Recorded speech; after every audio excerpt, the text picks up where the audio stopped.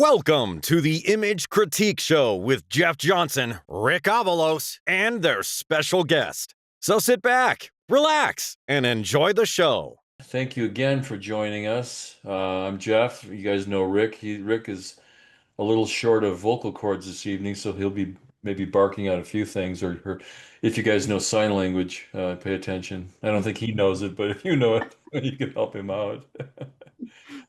So we've got a good set of images, 25 images tonight. Rick, is there anything you want to try and say, or? Go. So let me introduce all of you to we've got two wonderful dear friends of ours who are jumping in tonight. Totally professional, very talented, phenomenal artists. We're just ladies first. Thea Martin, thank you, Thea, for joining us tonight. We appreciate it. How are you? I'm doing really good. How about you? Doing all right? Better than Rick? Sorry, Rick. So we definitely appreciate you joining us and helping us out. Thea's actually sat and watched our show many, many times. And this is her first time as our guest, so she's got a lot of good things to say. So we'll be deferring to her and, of course, our good buddy Kevin Holliday, who's jumping in to help us out. Hey, Kev, thanks for joining us again. You call me Rick tonight, I guess. Okay. Yeah, so if somebody makes a comment towards Rick, just go ahead and answer, I guess. Yeah, okay. All right. Then, of course, we have our lovely engineer, Mr. Cliff Lawson. And Cliff is sharing some cool things that's going to share with everybody, and we'll let you know in an email too. But he's been photographing the veterans, as you've probably seen. He just was interviewed by two different stations.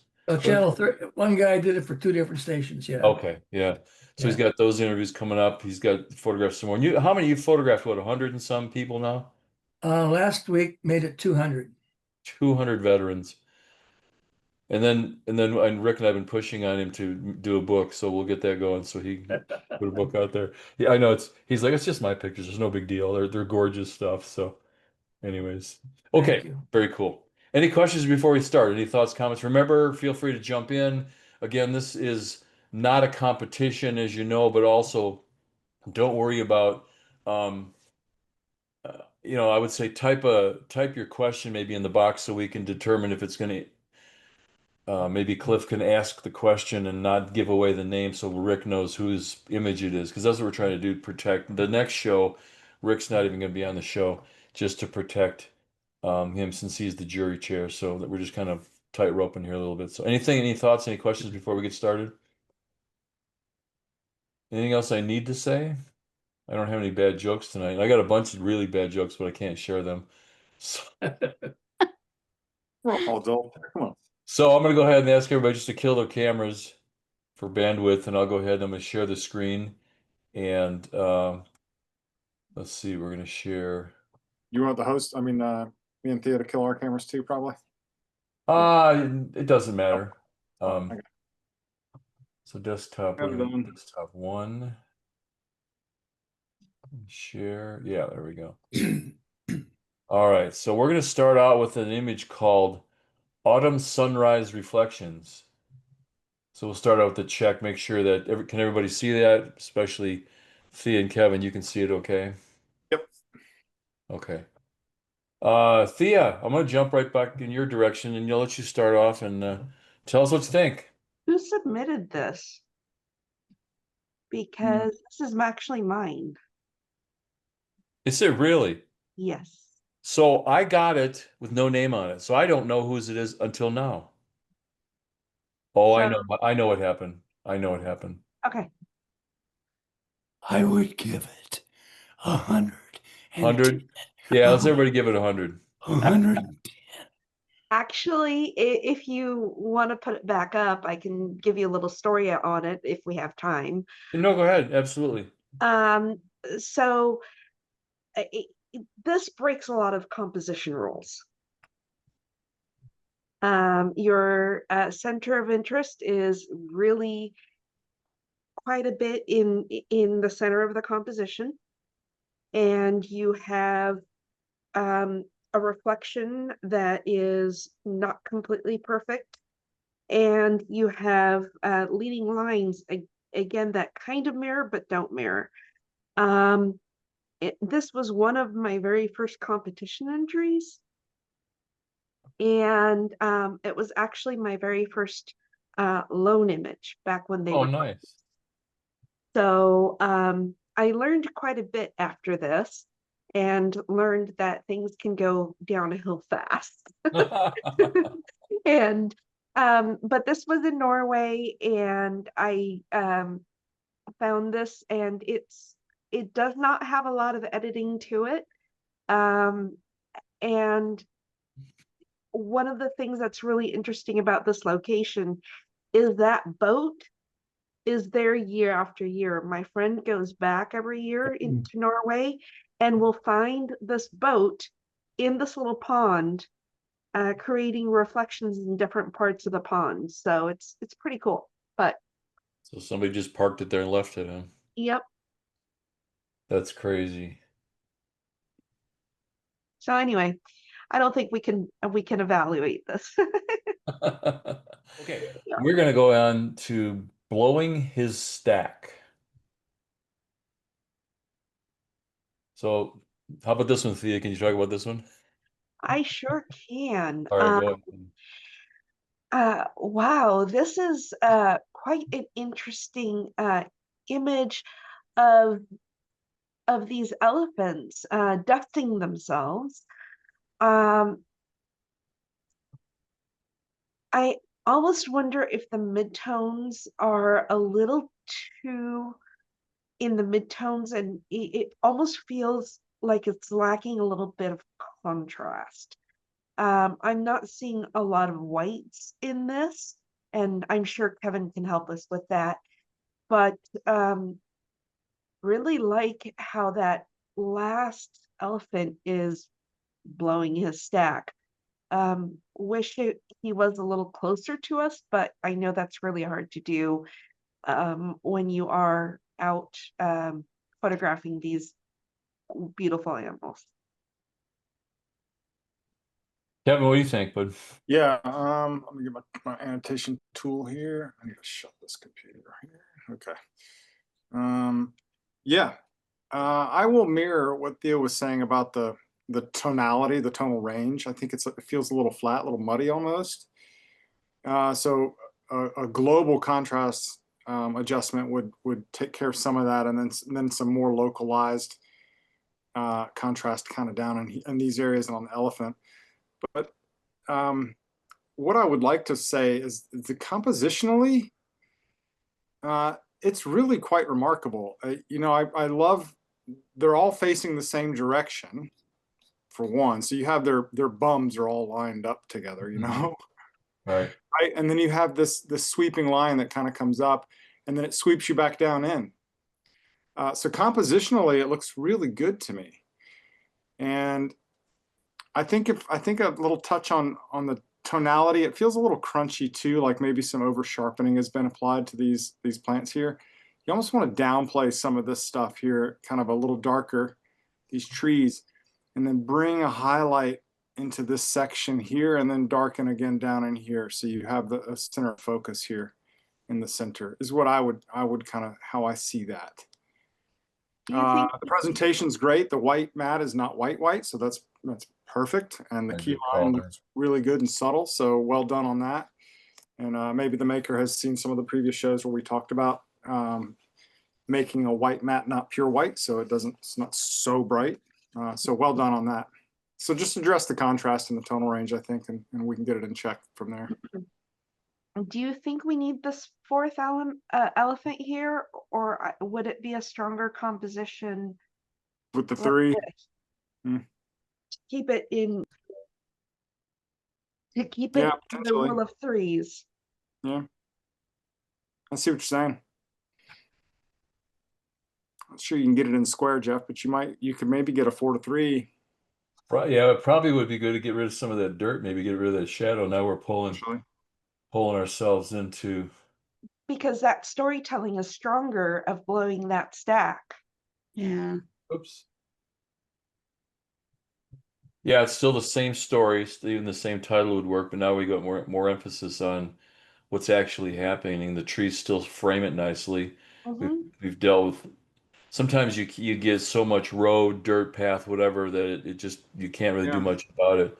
A lot of Yeah, times that's a pretty good call. threes are a little stronger for the human element to accept, yeah, odd numbers. Yep. Not that you have to, but it's just kind of how it goes. And Um, then I would dodge the elephants a little bit more and definitely burn down these the whole, bushes here. yeah, and even the little bit of the path down there. Yep. Something like that. I think that that possibly could be a composition to consider. Vicky lighting for sure. Bright sunny day with Yeah. shadows. Yeah. Yeah, that's hard, and I will just tell you that just from I'm not a right or wrong thing, but in PPA judging, quite often a middle of the day kind of image is you'll run into some troubles. Um, Not that it's wrong, not that it's bad, but it's just something that happens that we hear quite a bit because it's the middle of the day. You'll hear about it. Maybe oh, obviously you get to a point in your trip, you have to photograph what you can't ask the elephants to hang on, guys. I'll be back in an hour when the light's right.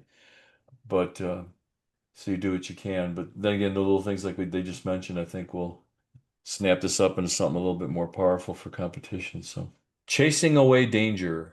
That's a good storyline. Kevin, what do you think? That's quite the scene. I'm glad I wasn't there photographing that. That's what I'm thinking. Exactly.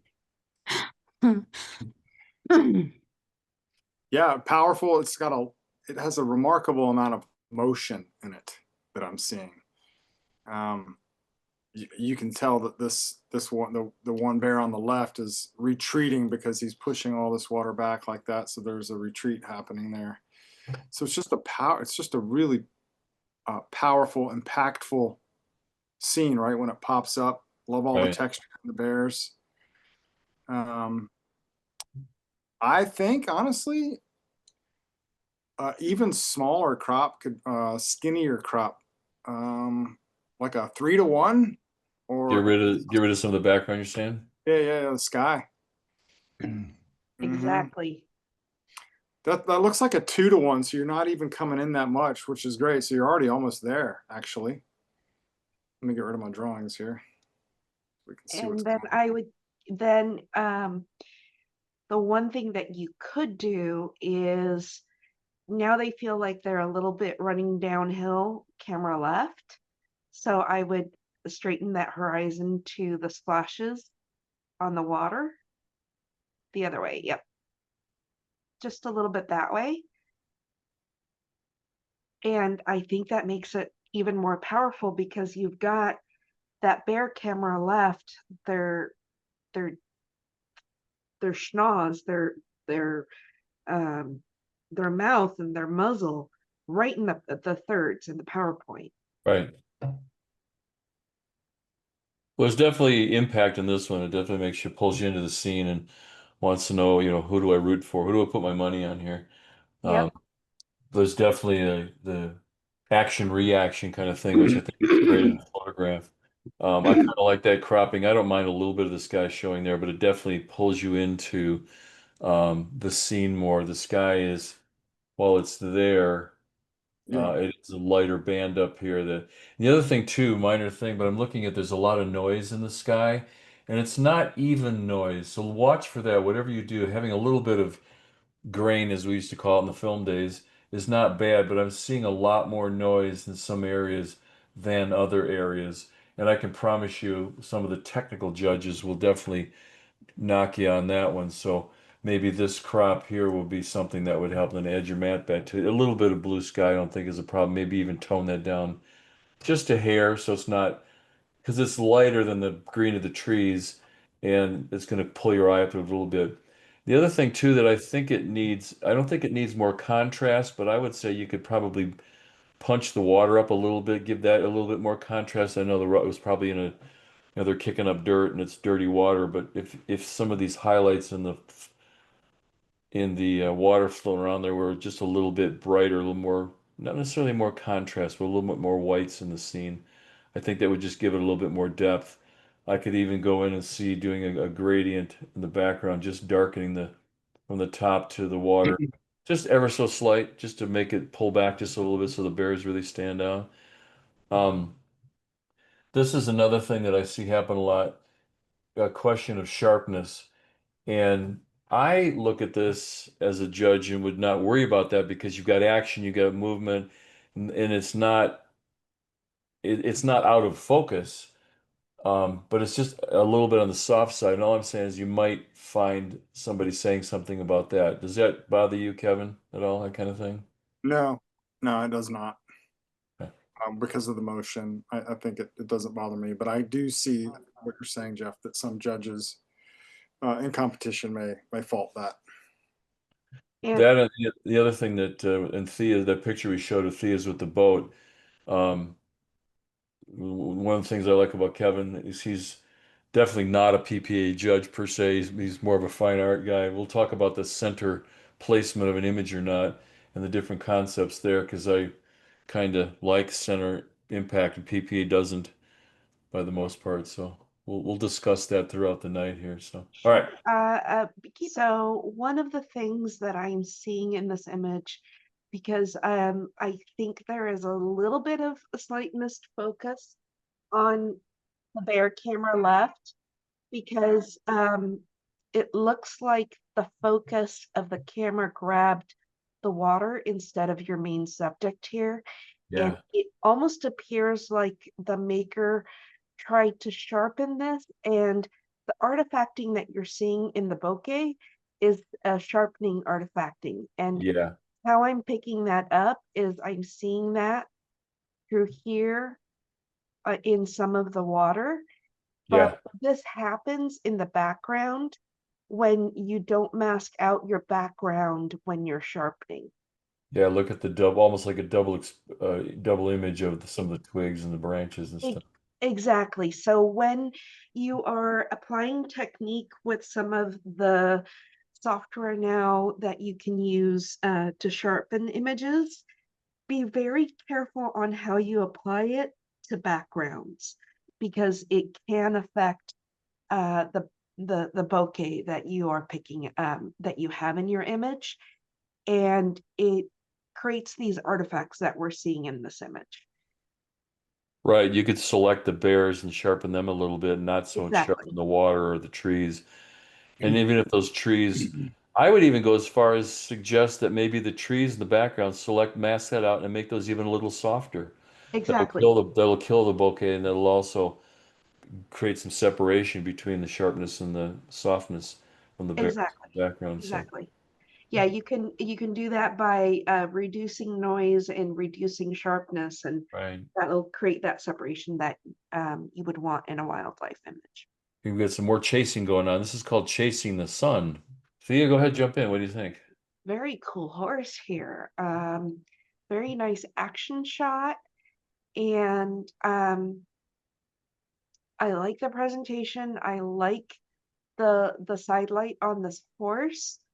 One of the very first things that I wonder, because we in the Western world read left to right, is if you were to flip the image so that the horse is coming in to us from the left and going into the right. The maker did a great job in leaving space for the horse to run, so that was really nicely done. I would consider toning down some of the highlights in the hair, um, in the tail, and a little bit in the mane, so that they are not the brightest part of the image.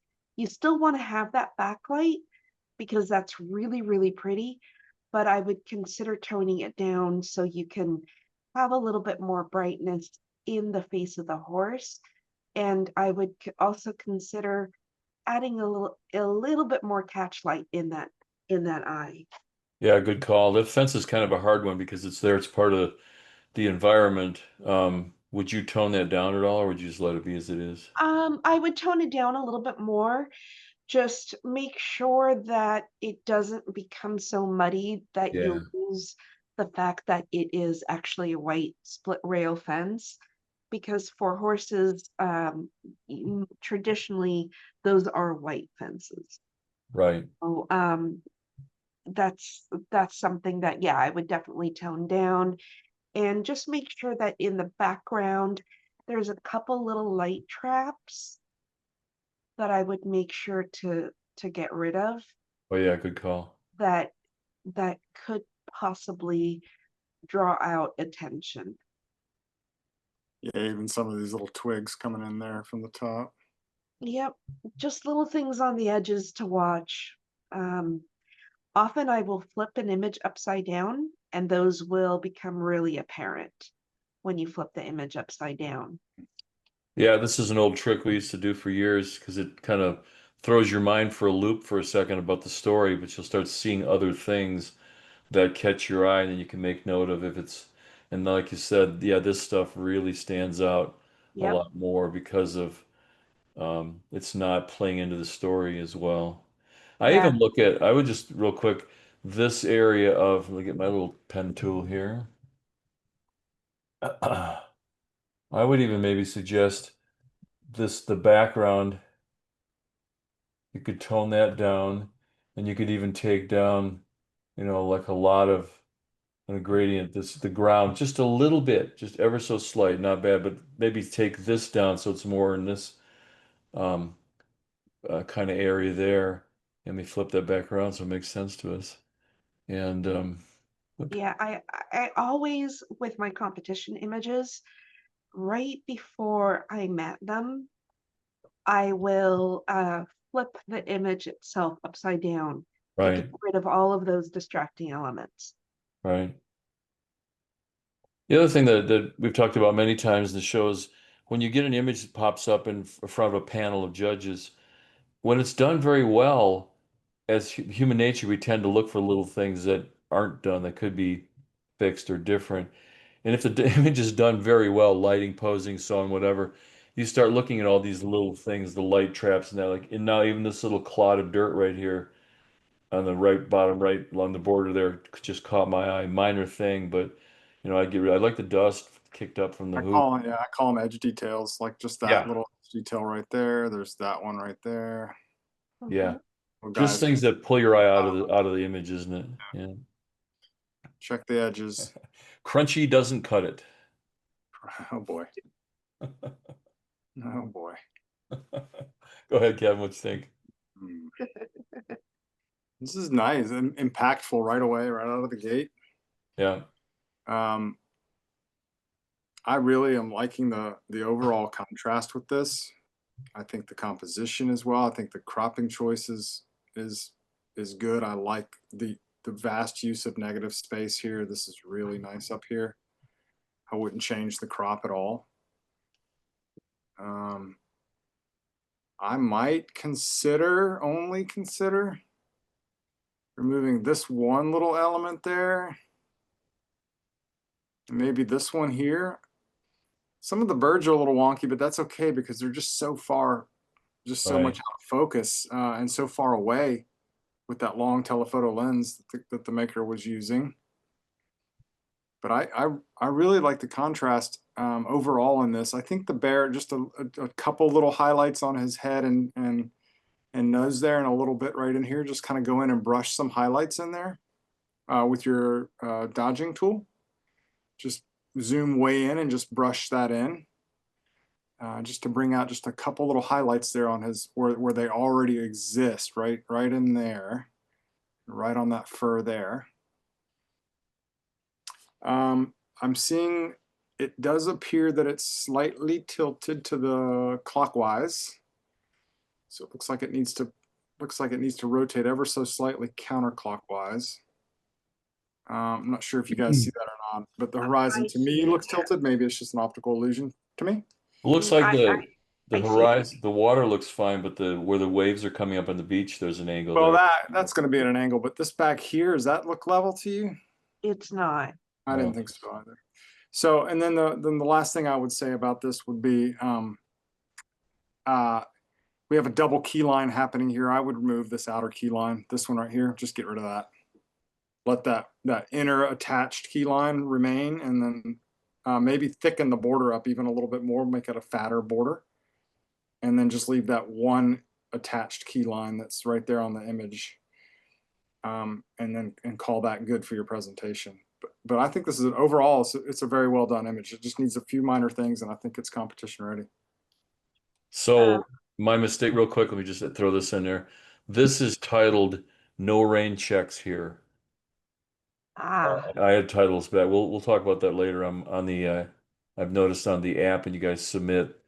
There's been some images submitted in app and titles in the wrong places. Mm.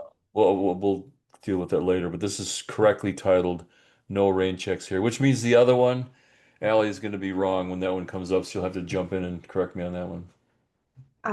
So to add to the dodging and burning that Kevin was talking about, to add to that story of the rain, because you can see the rain on the fur of the bear, but I would really zoom in a lot, and I would go ahead and dodge a lot of these raindrops that you see here. So it's really apparent that it's raining. And that way you're not leaving it as a question in the minds of the judges that you have a really gray day that you were out shooting. And that really will go into that storytelling of this bear that's fishing and out in the rain. Yeah, it's kind of a, so you're saying make it either make it rain or don't make it rain. Don't just kind of Right. halfway. And I would actually enhance that rain, because it's very powerful to see the fur wet. So adding those raindrops by going in, really zooming in, and just adding in a little bit. And the way that I do a lot of my dodging and burning is I will add in a soft light layer, and then I will pick the color that I want to use. And then on my brush, I use for dodging, I lighten, and then I just gently brush that in where I want it.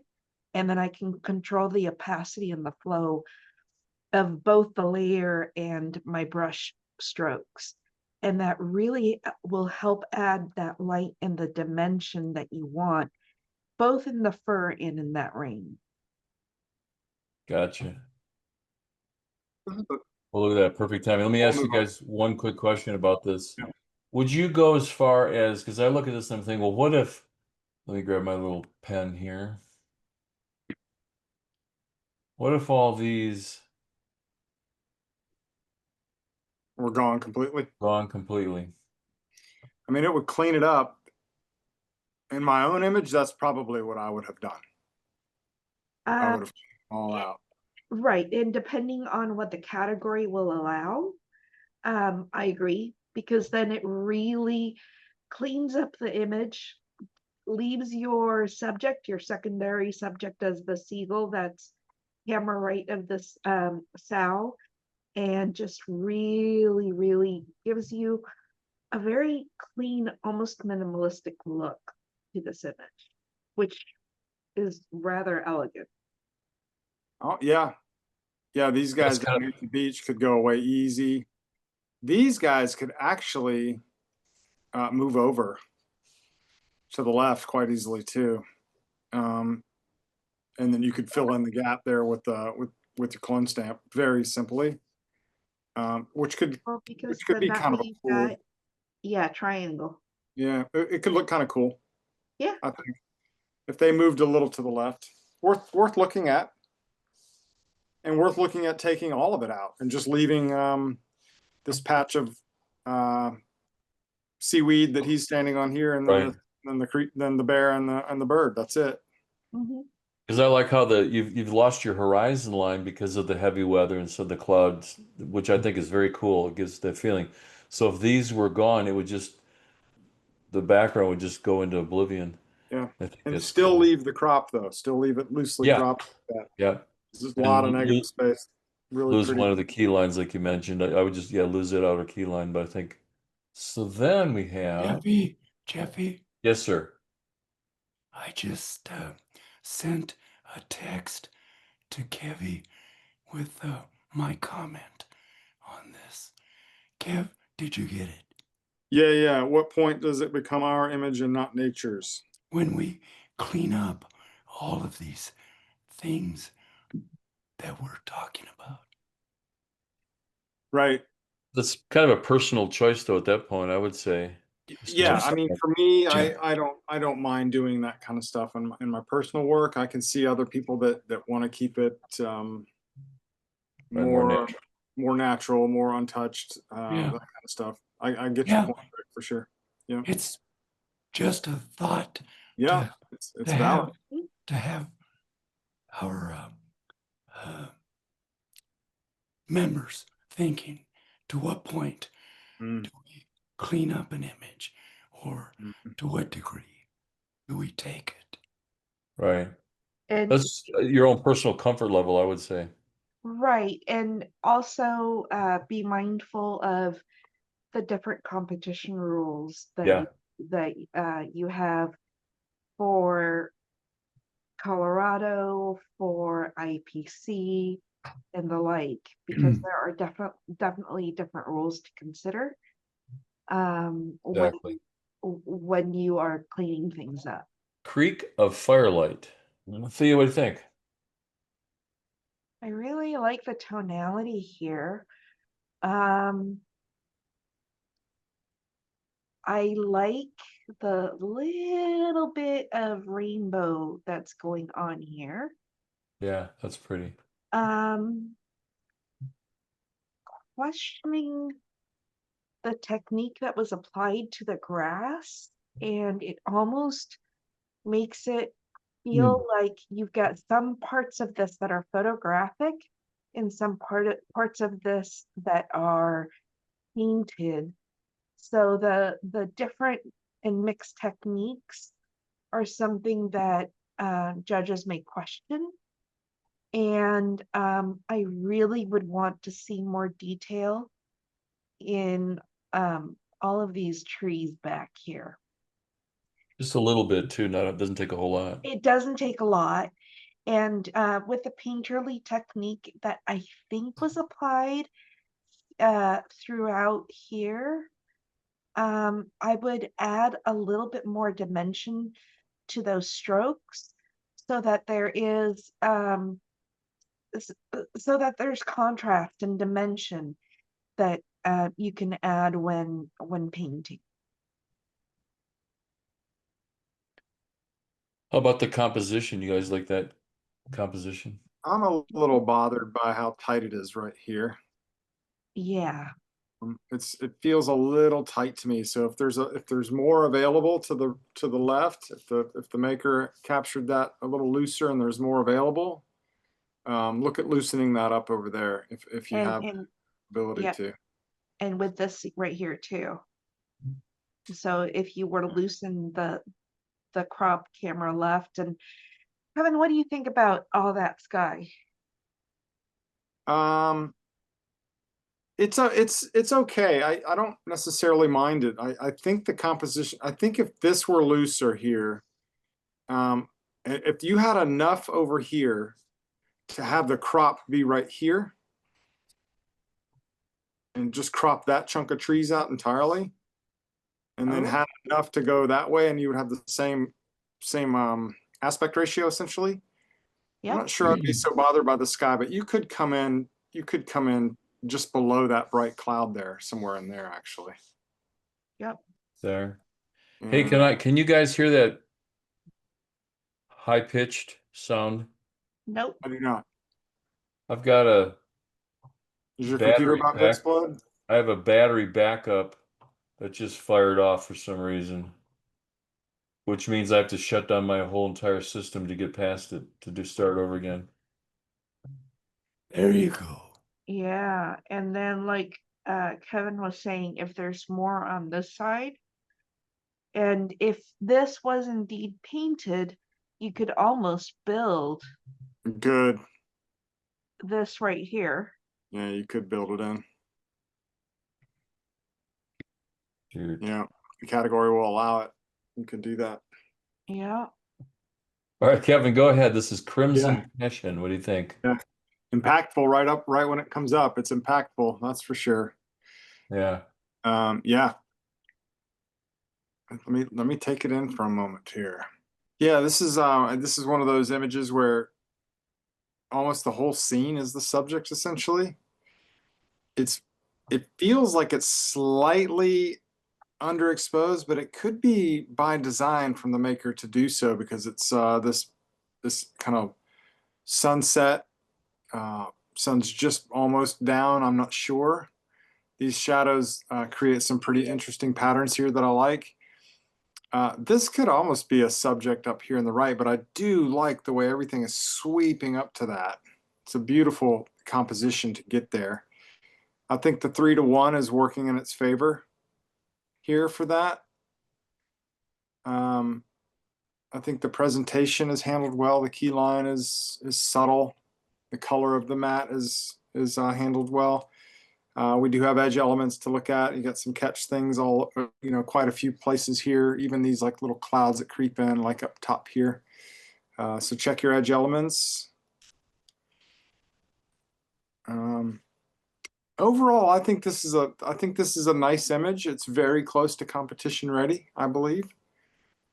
Do you have any issues with these kind of wispy clouds coming down? I don't. I think it's just part of the matter of fact, I think it even adds a little bit of a Yeah. closer than the clouds that are kind of lighter color off the horizon line. Rick is back. I feel like I might be seeing a sensor spot or two in the sky, but it could be just the zoom recording here. I'm not feeling that myself. The only other thing Okay. that I see, there's a little bit of, it's probably a patch of snow on the right over here. Yeah, that was an edge element I had Minor looked at thing. too. Yeah. Thea, what do you think? Yeah, I really, really like this. This is really cool, almost monochromatic in the red tones. Yeah. Highlighted, I think what Kevin was possibly talking about as a sensor spot. And then, yeah, definitely the little edge elements and the little patches of snow that are white light traps could be managed a little bit better, kind of all over here in the image. These kind of guys, stuff like Yes, that. Yeah. exactly. You can just spot remove those actually very simply. Yep. Yeah, if Oh, there were bigger absolutely. patches of snow, then I would say leave them. But yeah, like Like these up here are fine. Huh? right. Yeah, I'd Right. leave those alone. Yeah. Right. The only thing I would caution the maker on is that red channel is so easy to get out of gamut. So take a look at your histogram to make sure that that red channel is still within the gamut of and that way I don't see anything really blown out, but Getting close here.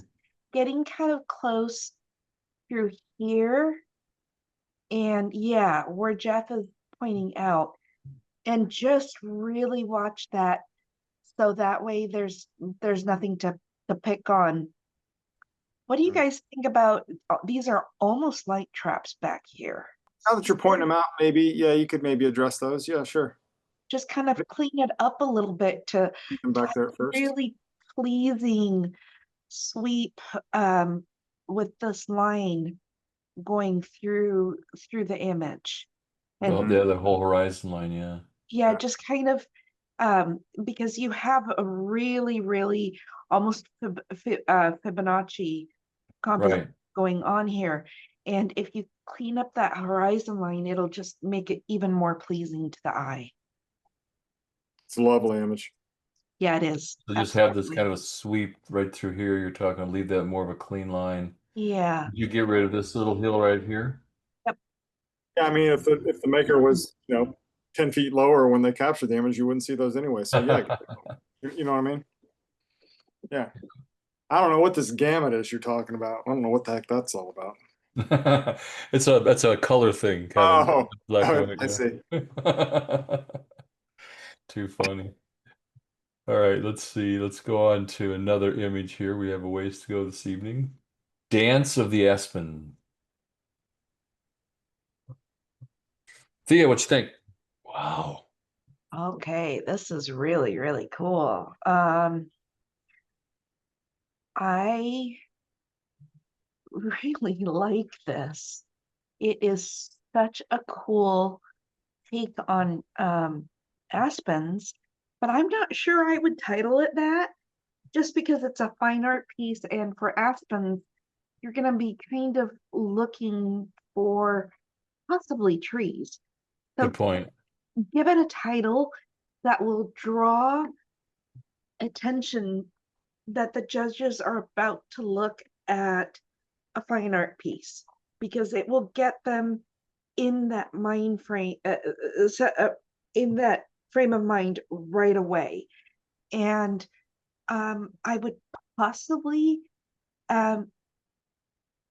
burn down some of the darks just a little bit more, but don't go overboard, just a little bit, to give those highlights a little bit more dimension. But this is stunning. Kevin, Yeah, I'm in awe with this image. This is beautiful. I don't necessarily mind the title, frankly. I mean, I see trees in there. You know, it's an intentional camera movement capture. I'm assuming that's what this is. You know, these are trees here, right? It's an intentional well, I camera. guess from the title, yeah, yeah. So intentional camera movement. But what's interesting about this is I'm not sure if it's a double exposure or if their intentional camera movement had a little bit of left to right in it as well. So they kind of wiggled the camera down or up. Sure, I got you. Regardless, it's stunning how it looks like fabric, or you know, water falling over a wall or something. It's just beautiful. Like, I think that I think the tonal range is great, and I think like they was saying, I think just maybe pop a little whites in there, but honestly, I don't know. I mean, it's great to me. It's just a soft, beautiful presentation, everything. like veins. Veins, yeah. Yeah, Mhm. Yeah. it's Yeah, look at the lines back in here. yeah, Just this is good. This is good. This looks yeah, good goods. this is good. Yes. Cool. This matte could come a little brighter if you wanted it to. It's pretty gray, but I think it works well with this image. But you don't have to, if you were trying to avoid it being white, you don't have to go quite this gray. This is definitely a gray matte, but it's pretty. It works well with this image. I did want to point that out though. And it's interesting, every time you throw an image in a panel with 5 people, somebody's going to say something about the mat, no matter what it Well, is. the judges are too, right? It's right. So, Don't leave us. Just look at the faces and feel your skin crawl. Yeah, what do you think, Thea? Very, very powerful. I would think this is a photojournalism reportage style Probably, yeah, yeah. image. I would consider possibly cropping in camera left a tiny bit, keeping this elbow, but I'm not sure you need this pallbearer here on the right hand side. And I really like the color, but I almost would consider making this black and white, because the US flag is, you can tell that it's the US flag. And that way you can really concentrate on the facial features and the expressions and the pain that everybody's feeling. Yeah. It just makes every person really pop a lot more with it in black and white. And then consider either cropping it down or darkening this area, this roof line. Right. mhm. Yeah, you can do a gradient, can't you, in reportage? Yes. Yeah. So it's just a burning and dodging thing. So Yeah, I think I think you could crop in a little bit and burn the edge a little bit as well. I think that would help that top Mhm. section there. I do agree that it works better in black and white because the background was a little distracting, and it's what we want to be focusing on is the facial expressions for sure. Mhm. Yeah, Um, yeah, Well, like black you and said, Thea, we know what the flag is, so we don't need to have the color in there to still say the same thing. yeah, and by going black and white, this element here that's on the lower right was pretty distracting, and so we don't have to worry about that as much because it's you don't even see it really now. it almost disappears when you Yeah, convert Didn't it? it. yeah.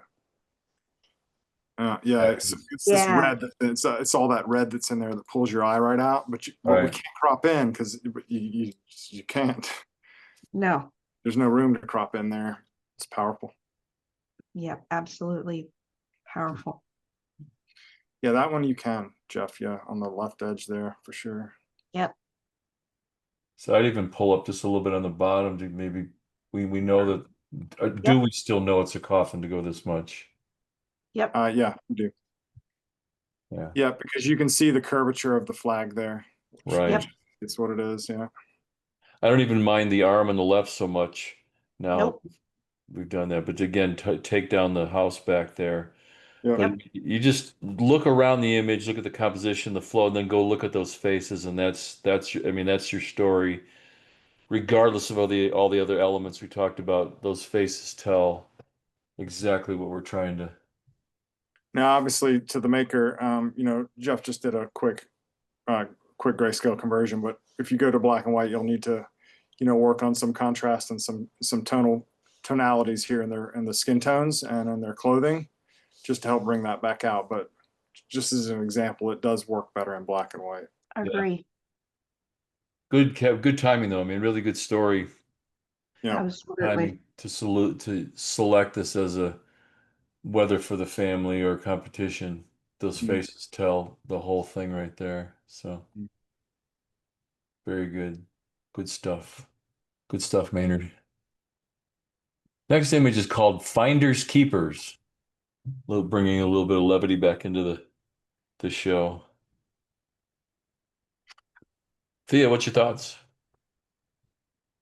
The title helps find the story, as it was at first a little hard to find, but once I found it, it's a very cute little story. I would possibly tone down that background even more to make all 5 birds pop out. I like that the bird with a feather is the only one that is kind of looking at the maker or looking at the camera. So that is really nice. I'm not sure that bright white key line is working for this. So consider making it a little bit more color of the twigs so that it doesn't pop me out of the frame. But otherwise it's a nice clean composition. What I'm noticing in the shadows of the birds, there's kind of a blue cast in there. I mean, it could have been picked up from the sky reflecting into the water back into the birds, but I think I would maybe reduce that tone a little bit, let them go more white gray. I mean, Yeah, pelicans are usually pretty white gray. yeah, you can desaturate that a little bit. Yeah, that's a great story right here. Mm-hmm. This bird almost looks like he's smiling, which is really good timing on the capture. Right. At first, I was bothered by this highlight here in the water, but it's the reflection of the feather itself, isn't it? It needs to be there. Yep. Yeah, it really does kind of, need to be yeah. there. Yeah, All right, let's play this game. that's where I was going next, Jeff. You read my mind. It's so good this way. I was just about to say that. Go to black and white and watch what happens. Because it's now, if you tone this background down, oh my goodness, so good. Mhm. Yeah, you could And select that. you could do a gradient from the bottom and burn this lower edge too. So You strong could that way. just do a little dodging and pull these beaks back in just a little bit so you get that. Yep. I mean, we can tell their faces are turned away, but I think just letting those beaks, I'd even do this one too and this one too. just to bring a little bit of attention back to them since the bodies are so, but look at how they stand out from the, Go back to the color real fast. It's Yeah. weird to do when you're doing that black and white, color to black and white, because your mind remembers where the color is when you first convert it. So sometimes what I like to do is actually look away from my display and click the I button and do, yeah, go back. yeah, exactly. 3 seconds is that instant memory that we have. Yep. Interesting how some of these things now are standing out to me. This black trap back here, Right. pretty big. Didn't even see it before. And if That the is- maker does Yeah. this monochrome, just watch some of these in black and white end up with a lot of sharpness. So as you darken, maybe soften that background just a tiny bit. Yeah, again, like you mentioned before, you could take the and just have it the background masked and just throw some whatever you can take texture out of it. You can take clarity out of it. You can take sharpness out of it. Just let it go just a little soft. You're not going to lose. It's not going to look like a mushy mess. Don't go that far. But Right. just play it down a little bit because the water is going to be sharp and that's going to hold up fine with these reflections. But as Kevin mentioned, a little bit of a gradient right here. We'll just kind of play these down just enough to bring the attention back to the birds. But I really think that black and white. Almost That's my wondering, call. That's my just vote. wondering if a crop right there would even help, just to lower the birds down a little bit. They're not quite center. But they could come down just a touch in frame. Let's just see. I feel like. Like maybe like just below that reflection Oh, of that feather. yeah. Yeah. So Yeah, because feels sometimes you get a background or foreground that's there because we shot it, but it doesn't necessarily have to stay there if it's Mm. asking for too much attention. It feels a little more balanced to me with them just a touch lower in the frame. I Yep. feel like every time that happens, we need to go to the next, we need to go to a commercial break and then another Academy Award. Okay, so this is called Fire and Ice. Thea, what do you think? One of those fall days that you end up getting a good snowfall out your way. Yeah, yeah, true. Very, very cool uh, dichotomy between those fall colors are still there when the snow. Um, I would possibly distill this just a little bit more. I'm not sure that we need all the branches on the bottom. It feels a little bottom heavy. So a little more of a narrower crop. Yeah, so possibly take this and this. So that much, okay. So let's go up to about right there and about right over there. Kind of like that, he's saying.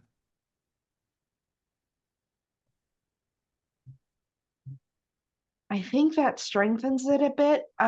The tree trunks were distracting from the snow and the story that is being told by the fire and the ice, the fall color and the snow.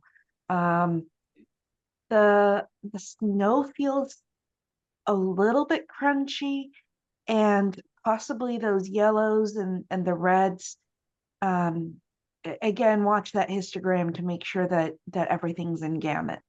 That's what I'm feeling, that this red orange of these leaves are just maybe pushing what, oversaturation over Right, just a hair, real close. Just right, that doesn't feel quite real. right. So, and even if it was real, just toning it down just a little bit. One of the tricks that I sometimes do, um, and I shoot Nikon, and this is something that happens out my way a bit, where in the forest the greens will feel oversaturated Right, and sometimes the reds. right. I will desaturate whatever color feels unnatural and then globally pull the vibrance up a little bit. And by desaturating that specific color and pulling up the vibrance, it feels a little bit more in balance. You're getting that punch back in there would not oversaturate. I get you. Yeah, exactly. Good idea. Kevin, you have some thoughts? Yeah, let me see that original crop again. I I think I kind of like the tree trunks at the bottom. I'm not sure why. I mean, I'm almost thinking if you come in, I see what Thea's saying. It's almost like it becomes two totally different images. I like this one as it is. It's very painterly feeling at the bottom, which I think is what I love about it. It almost, like when I look at this, it almost feels like a heavy oil on canvas painting, or like It thick does. acrylic or something that has like the texture on canvas. That's what Yeah, when I look you down can there see in the the brush lower strokes. left, Yeah. I feel like I can touch that and feel the peaks and valleys of the acrylic paint. Right. I'm really intrigued with that lower left section. But the image also, to Thea's point, looks really well done in that other crop too. So I'm really torn against that. All the other things that you guys were saying, I totally agree with. I would, if you are going to leave this crop, then, you know, again, silly little things, but you got a little, go back. You have a little, so you have little edge elements, lower edge, almost all the way over to the right. There's the dark in the tree trunks. That, yep, right there where your arrow is. That, yep. Yeah. So Little that, and things, even little one on things the like right this are over here. edge, Yeah. there's that too. I'm really intrigued with the lower left section of this image. I got to tell you. Over here. Yep, it just feels like a beautiful acrylic on canvas to me.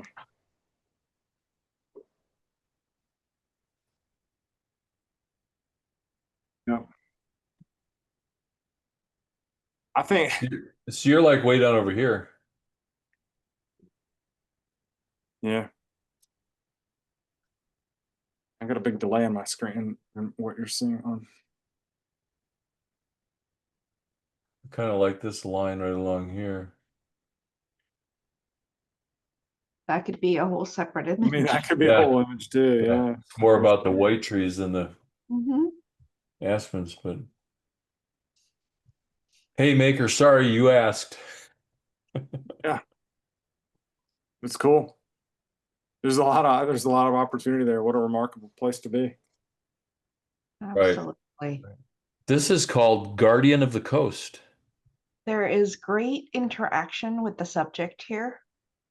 My concern is that this bear feels really underprinted, where the shadows were really brought up quite a bit on the main subject, but not on the reflection.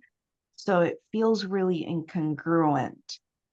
And it's tough because you've got a backlit subject and you want to play the competition, the PPA competition game, where you've got a judge that will say, well, I want to see the details in that face. Right. Got that struggle going on. But there are times where you could play the risky game of having a backlit subject where you don't have a ton of detail. However, with this guy, since he's camera aware, or she's camera aware, if you're going to bring up the shadows, make sure that the shadows are also brought up in the reflections, but also make sure that you burn down back some blacks into the shadows so that it doesn't look like you overly brought the shadows back up and it feels under what we would say underprinted. I think a lot of a common thing that happens, of course, on Instagram and all the social media is that people are producing images that have no blacks.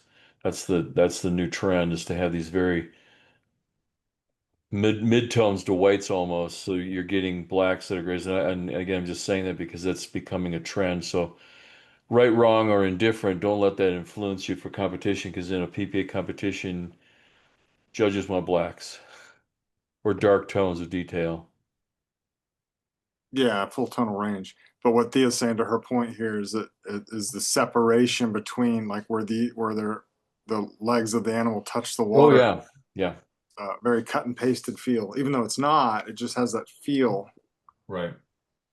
This is probably one of those kind of captures where it's just remarkable. The maker's like, heck yeah, I got this great, I captured this bear walking on the beach. It's so cool. And it is really cool. But sometimes, maybe it's just not the image that's one to submit to competition. It's one to hang on your wall and enjoy Yeah. in your office and things of that nature. But yeah, I think this could be, to Thea's point, a struggle. It's a risky, maybe a risky thing to enter to competition, but also maybe worth hearing what they say. If you drop these blacks down on the bear and just have him be more silhouetted with a nice rim light and a little bit of light on his face. I don't know. Here's a question for you guys too, and this is tough because we get these situations where there's the bear and we want to photograph it, and the exposure in the bear and everything, the highlights all handled very well. But you've got a lot of commotion in the waves in the background, lots of sparkles, dark stroke from the shadows, just really pull the eye away. I mean, obviously, if it was a nice, calm body of water, that would be ideal. But again, that brings the question: should I enter competition? What do you think about that?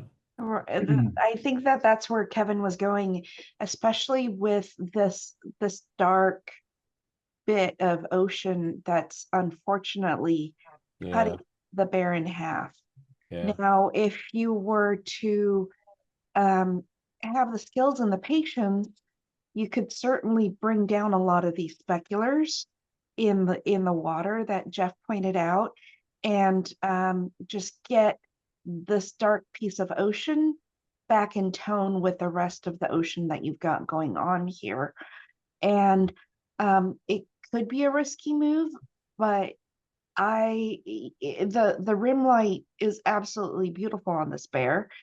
Yeah, I was also going to ask if you could convert it, but I would really work on handling those details in that rim light, right. giving it really a good direction of light so that you could have it almost be in silhouette with that beautiful rim light that you've got going on.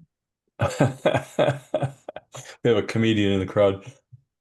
I'm going to say this, let you soak in, then I'll bring the image up. I'll have a leg, please. I'll have a leg, please. That's creative. That is really creative. I like that. What a story. Again, it's all those little things in the storytelling that I think, my opinion, is so powerful in image competition or just presenting images anyhow, is to create that story in the viewer's mind that who knows where they go with it, but then to bring up something like this that is very fierce and very, I mean, look at there's the bloody end of the ripped off leg of a whatever animal that is. And I mean, look at that expression on the animal. It's kind of like, hey, this is mine. You're not getting this from me. I'm going to fight you for it. And to have a lot of busyness of the weeds and the sunlight and the tree, I think it's all done very well. This animal still stands out very crisp. The leg, obviously, is the subject of our story. Even this angle of this tree gives us a little bit of a break. There's a lot of commotion going on, but this kind of keeps us in the scene. I think it's handled well. Matte choice, maybe a little bright. I don't know that I would go in and you could play with it and take it into a lighter brown, lighter tan. Kevin, your thoughts?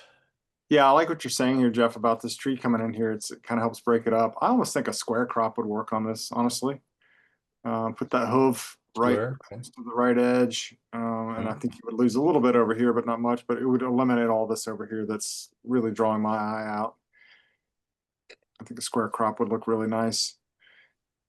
Pretty great capture. Again, tricky lighting these kinds of days when you're out. But you don't have any other choice. You have to make the capture Right. because you can't go back and you can't ever get that scene again. So you make the capture.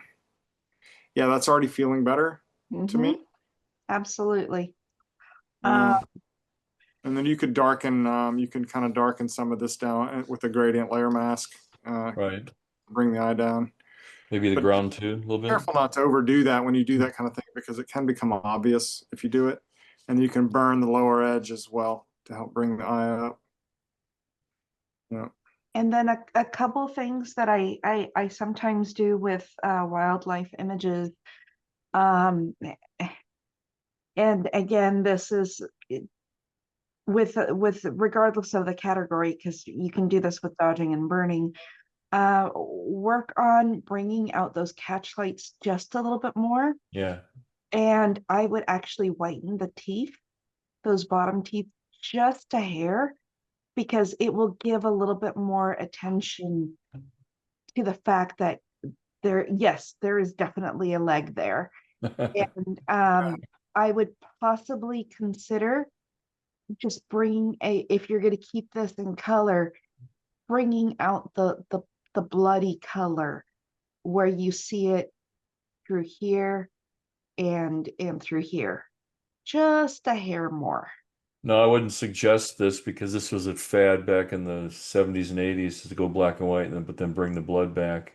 Yeah. It would be impactful, but I just want to make that clear that those kind of things don't go over well No. these days in competition because it's just selective color is just not a thing anymore. Yeah, let me see that color again. I was about to say I might bring up the golds in the grass, like saturate a little of this tone here. Okay. But the intensity of the capture, the impact this has is very strong. Yeah. I don't even mind this crop. It is a little bit much extra, but it's not, I don't think it's bad. The square was cool, but this kind of gives it a little bit of open space. It tells you you're out in the wilderness, so not a bad thing. Next we have improv for the aloof. Kevin, what do you think? Yeah, let me soak this in for a second. This is it's interesting. The selective contrast that's happening here between the amount of contrast in the subject compared to what's happening on the left. I'm taking that in for a moment because it's interesting. It's very And creative. I think I like it. Yeah, I do think too. I like what's happening here, how they've taken a lot of the contrast out of everything in the back. Really brings you into here. Love this reflection, but it's unfortunate that it's just barely getting his face there. I'd rather even not have it at all or have more of it. But I do love that you can see the reflection in here. Reminds me of a photo that Cliff actually took of me once, a long time ago. So you liked reflection, or would I you consider do. I just wish that camera had been the photographer had been moved. It's an interesting crop, Jeff, that you just did. Mm-hmm. All the way to the edge like that. Yeah, just That's put him pretty right up good. against the Let wall me like see that again. Yeah, that's kind of cool. Way to the edge like that. it kind of puts him off more into his own world. Yeah. It really does. And then you've got kind of leading lines, Yeah. and even with how there's a selective contrast, you've got some really interesting leading lines there. But go ahead, Kevin, because you were really into this. This is This is a strong image. And now that I'm seeing this crop, it's even stronger to me.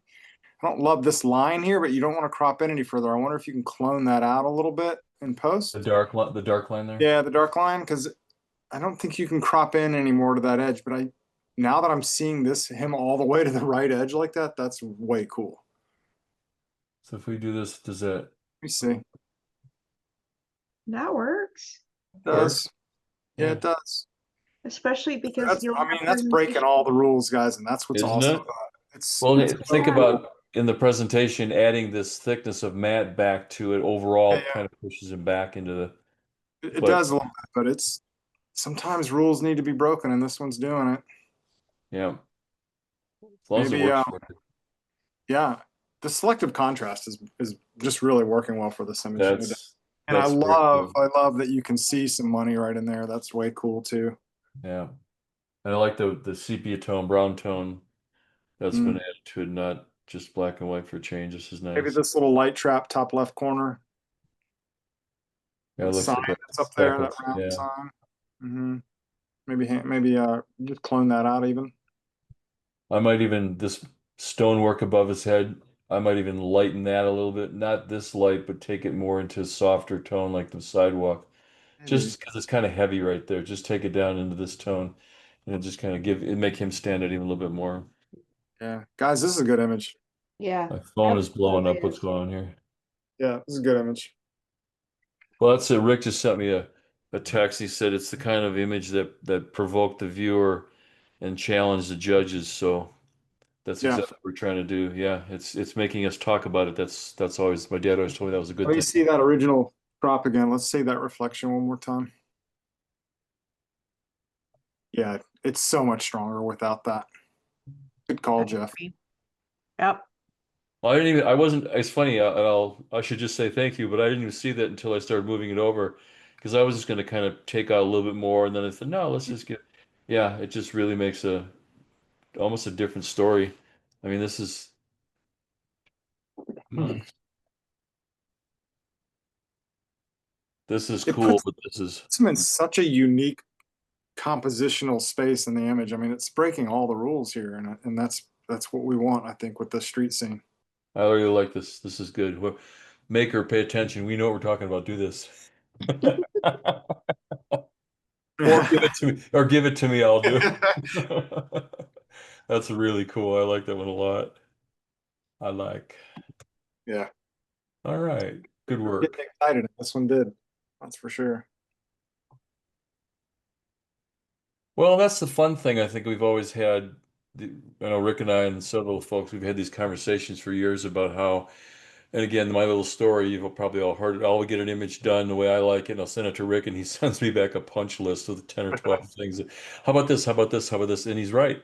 I'm not just saying it because he's online. Because he's kind of that smart. But no, it's just that kind of thing that makes you look at it in a different perspective. Because we fall in love with our images and we do our best, but there's always that other point of view.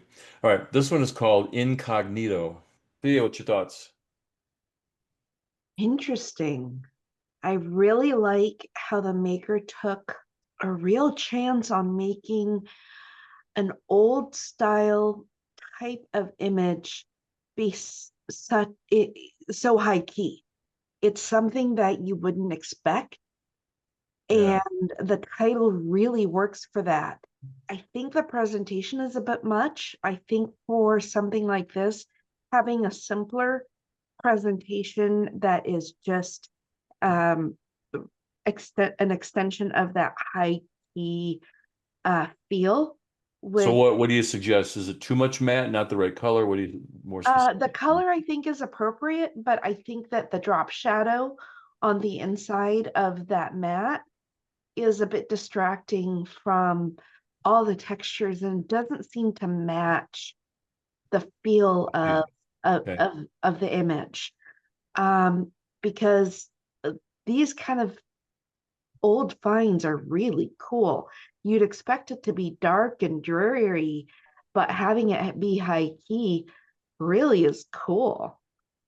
And you've got enough of those blacks to give you that contrast, but having it almost lost in I don't know if it's in the snow or if it's an infrared, but it's really cool. Yeah, I'm leaning forward at my screen. It looks more like an infrared. I don't think Yeah, I think so. I don't think that's snow. I think it's an is infrared. that even this may looks like it may be a police car. Look at there's a light on the roof. Yeah, At first, I thought maybe it was a negative, like it was like they It converted it to does. but Yeah. it's not because the headlights would be dark, not light. Right. right. So it's not a negative, and of course all the tree branches are black. So, Right. yeah, it's not that, but it was one that popped up, and to Thea's point, it was like, okay, what am I looking at here? Which is great. It's one of those like the last image, it gets us talking. I think the high key works well for it. I think the composition's nice.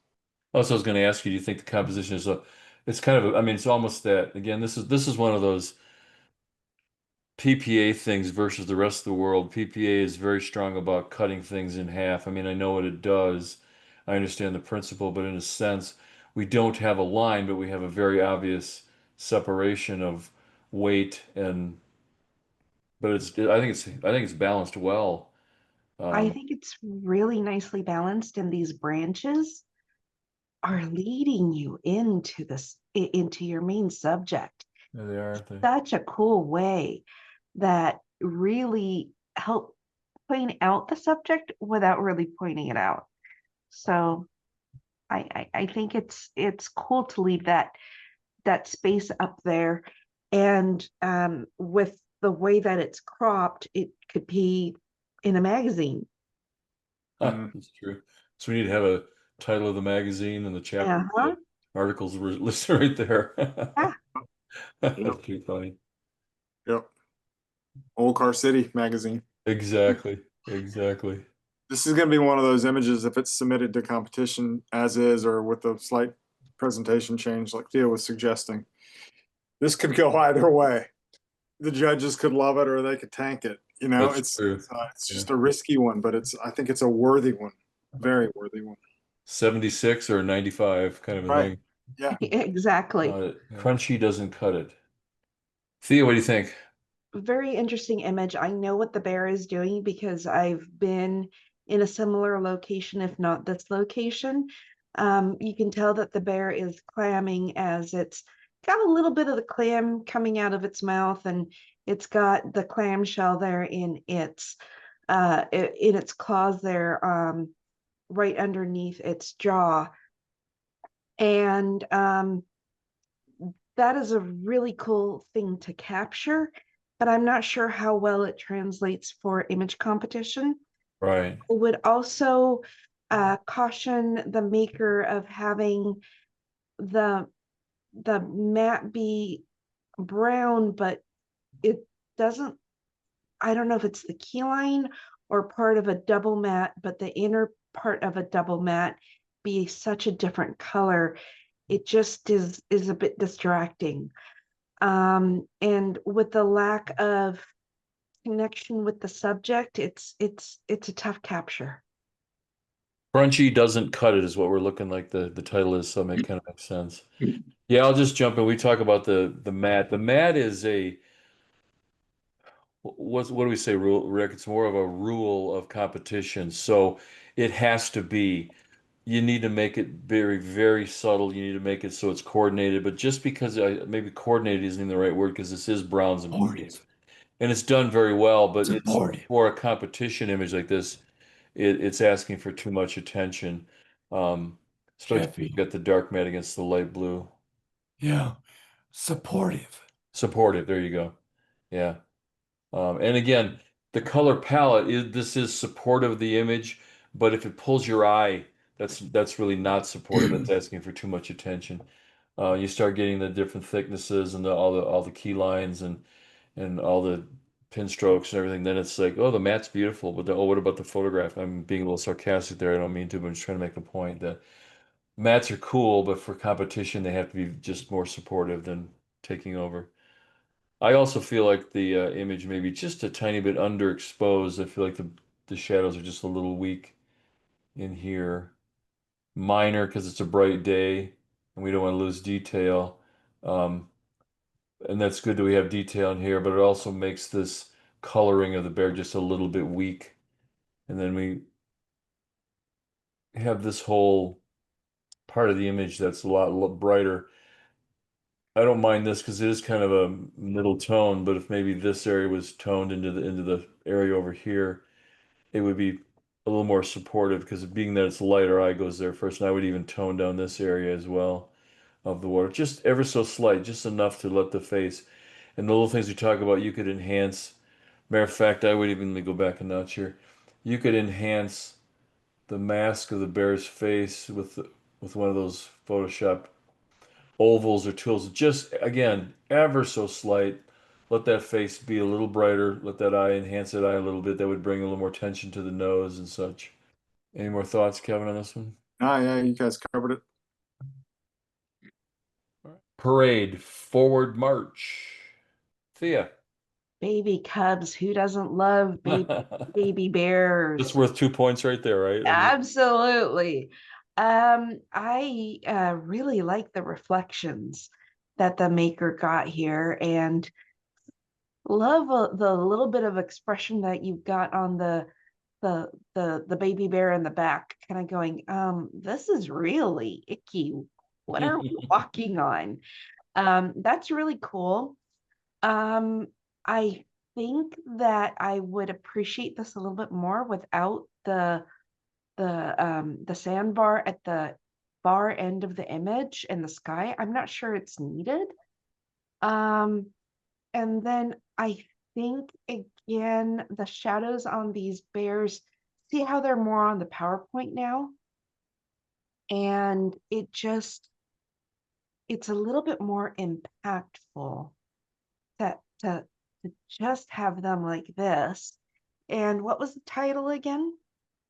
Parade, forward march. Yeah, see that storyline is coming together a little bit better with them like this. And I would consider giving them a little bit more direction of light by highlighting a little bit, I think, more on their faces, but also making sure that you're not blowing any highlights like through here, but give them a little bit more exposure on their faces if you're going to bring up the shadows the way that they've been brought up. Dark bears are so incredibly tough to photograph and capture well, and I think this is nearly there. Well, especially when you get that kind of a bright light too, it makes it that much more. It's tough. Yeah. Kevin, you want to add? I'm really liking all the texture in the foreground and on their environment. They feel a little high up in frame. Jeff, can you go back to that, not the original crop, but pull it back up? From the top. Let me see, yeah, from the top. Let me see from above the sandbar a little bit and go up into the clouds even. Hang on, let me go back a notch here. Yeah. But there's that empty sky above the clouds, which threw me. I didn't understand what that was, but now I see what it is. Just come down into the clouds, all the way into the clouds. Like that, or even down here? Come down, yeah. So like that. I think I want to see the horizon. I just want to see that so I can feel the expanse of their environment. I would keep the reflections. Yeah. And pull up, Jeff, just to where you're beneath the top of the white clouds, where the white clouds meet the empty sky. I think. Let me just see it. Like right there, yeah, ish. That puts the bears in a better space. I feel it does, and I feel like now I can see the expanse of the environment because it's really expansive. Yeah. Feeling that way. I do agree with what Thea was saying, though. I mean, we have that dark line up here, which is kind of a little bit distracting, but I kind of like it. You could tone that down in burning and dodging. You could tone just that area, so it matches more of the reflectivity of the water there. That would so be a little less obvious. Yeah, I don't mind that separation because it does give us some depth of land and see maybe don't take it out, but just soften that. I like these clouds coming in too. It's kind of nice feeling painterly up there. Yeah. It does give them more of their environment, that's for sure. And all the texture in their environment's really quite cool. The other crop though, where we were just beneath that sandbar was nice as well. Just just the power three marching forward. Then you don't know. It's one of those ones where you're like, ooh, where are they and how big is it? Which is also a good thing to have with images. You invite your viewer to paint their own picture as to where that. Yeah, I just brought the grid back up, kind of puts the feet on the third there. The third's there, but just a thought. Then there's always black and white. Oh, we won't go there. Peaceful morning. Dang. Kevin, go ahead. My kind of image right here. You get out and sit in that boat for a while, huh? Wow. Yeah. Oh wow. This is impactful for me. Compositionally, it feels very nice. Judges may get you on how close you are to center line here on that horizon. To get away from that, you could crop in from the bottom. I think you want to keep the sky more than the water, although you need to be below that peak there, so you have the full reflection of that tallest peak. Just come in maybe. Tonality wise, as far as the black and white is concerned, really well done. Deep blacks, really bright whites, got grays in between. Full range of tonality here. This is a very impactful black and white. Beautiful what's that? That's like a 4-to-1 crop there, so really wide. This is gorgeous to me, and I really do like the deep black up here in the sky. Yeah. Yeah, Yeah. I do too. I do too. Yeah. You've captured one of my favorite mountains in this range, so you had me right there. Um, Done. 5 points from Thea right there. Yeah. so and that low little bit of clouds, oh, that's so yummy. These guys through here, yeah. Yeah, through there. One of the things that those that evaluate images that don't necessarily understand landscape photography or reflection may think that some of this right through here is banding Mm. when it's absolutely not banding. It is Right. and I would challenge that if I was on the panel, but it's just something to be aware of. It's clearly the reflection of the clouds that are going on, but it could give the appearance of banding. So I'm not sure if you'd want to possibly soften up those edges a little bit so it doesn't look like it. Soften the edges in the water, the In the reflection water. These area. clouds up here, yeah. Yeah. Yeah. Yeah, it's just a matter of competition, especially PPA style competition of the game, and Yeah. understanding how to successfully play that game so that you're not giving the judges an excuse not to like your image, and so that they can deeply enjoy what you've provided them, which this is absolutely stunning. I mean, this right here makes the image. Yeah. It does, doesn't it? There's a story right there, exactly. It completely makes the image. So just make sure you don't give them an excuse to take points off, because this is absolutely stunning. Yeah. That's a good way of looking at it, by just don't giving reasons to take points away. Jeff, can you just do a 1-click zoom in and then zoom back out again? I got some artifacting on my edge. I want to see if that cleans it up. It's a zoom issue, I think. Just zoom in on the image just once and then I'm back. trying, but it's not. Oh, I'm not in Photoshop. Hang on. My bad. Yeah. I forgot to get out. Okay. Where are you looking? So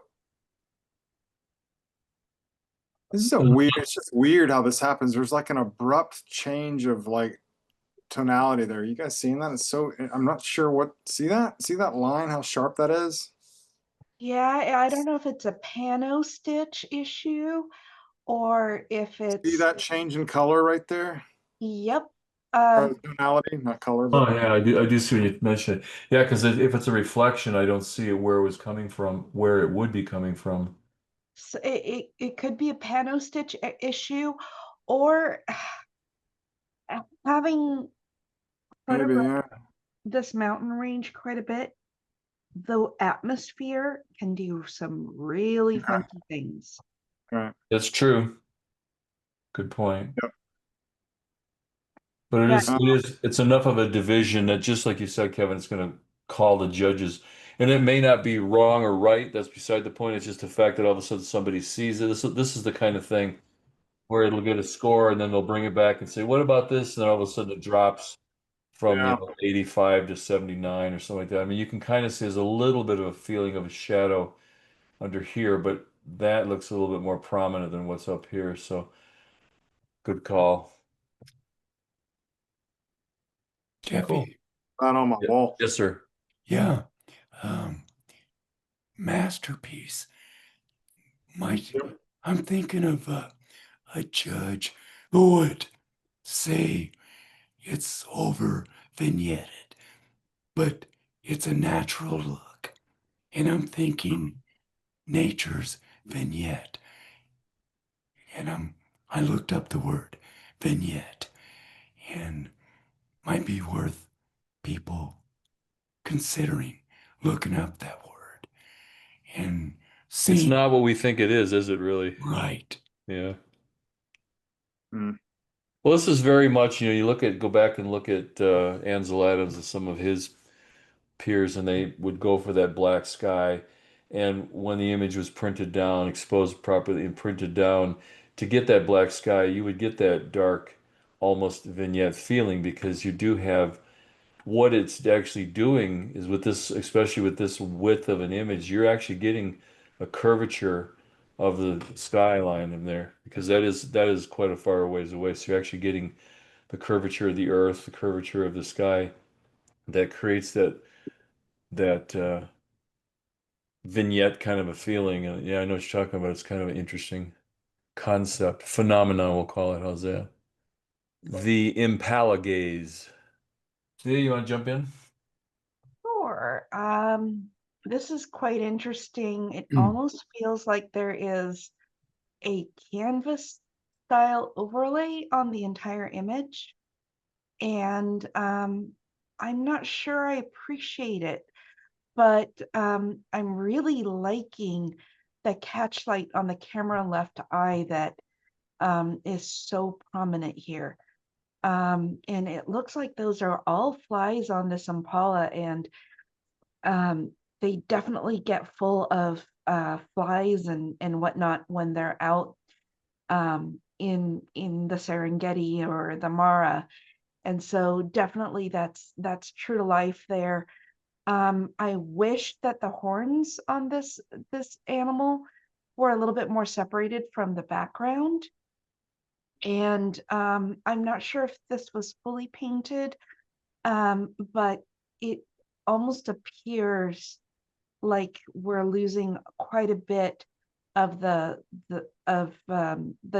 fall off on the animals, quite steep on the body of the animal.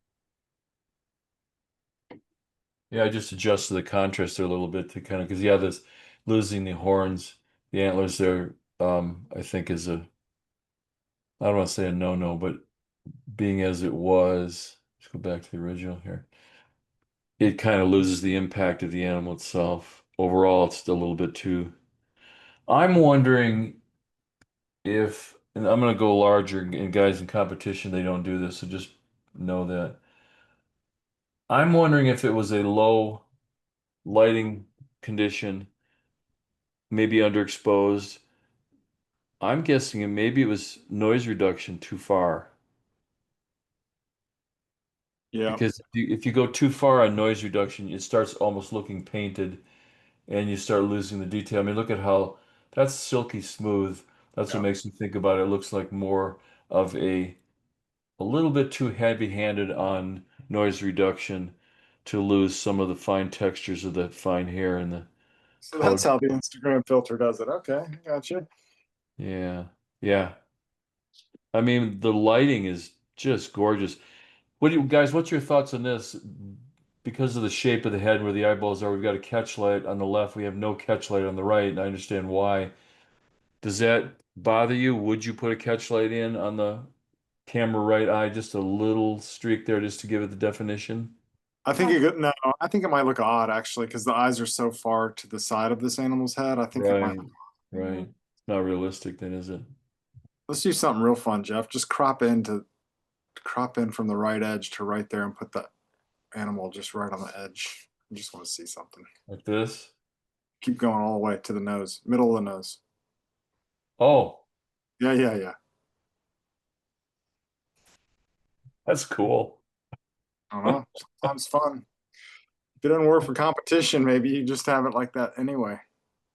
It's kind of cool.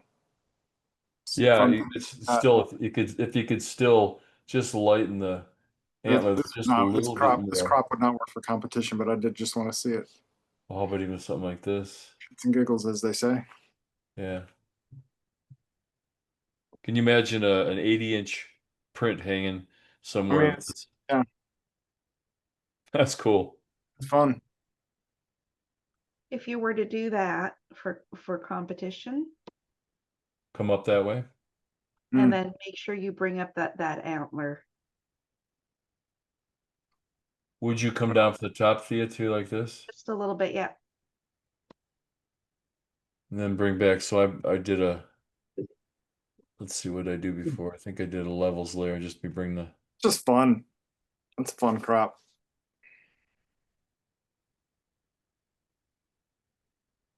I'll just go light. You see the antler goes. Actually, I probably even cropped off the tip of the antler, so I Maybe. backed it off again a little bit. But if even just the highlight of the follow the highlight with the do a brush, a dodging kind of a thing, just follow that up there. You get that little separation. That would be cool. But then to keep it down into this kind of a tone Mm-hmm. and just a little bit more punch. So there's a pretty famous portrait of a lion, just the half, Like this, right? yes. Yeah. So we're definitely evoking that portrait. Mm-hmm. Some thoughts there, maker, some fodder for your cannon, if you will. Or not gun. Well, I was thinking of the gun cannon, not, but that's okay. I know. You got that. All right, so we have a couple of images. So the next two images are both named Tranquility, so don't think I have something wrong because I know you'll think this. So this is called Tranquility. Thea. Wow, this is really cool. The foggy scenes are always so mysterious and cool. Very first thing again, because Rick is correct, when you have a presentation, it should support the image. It shouldn't overpower it. And in this case, it's not the presentation that is doing that, but that dark, dark key line that is actually the darkest part of the image Right. is distracting. And if it was the color of the darkest pieces of the tree trunk, it would, I think, do a lot better. Yeah. I see where the maker is going with having everything so soft, but I would possibly punch up the duck just a tiny, tiny bit so that we can see it quicker and not lose it in the fog. But this is pretty cool. Look carefully in the background behind the duck. You can see trees.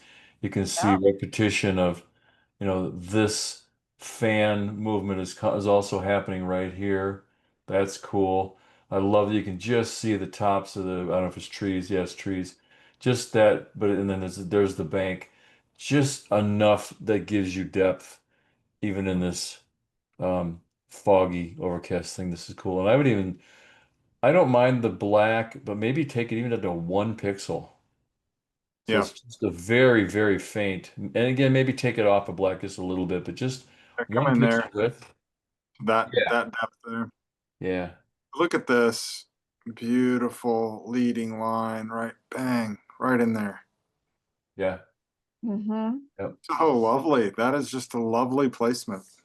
Imagine that without that being there, it's still a pretty picture, but that one little tree just says, okay, you're going to look at me, then I want you to And this follow guy's the right pointing point. at all his fingers. He's like, Yeah, look, there's the duck right there. exactly.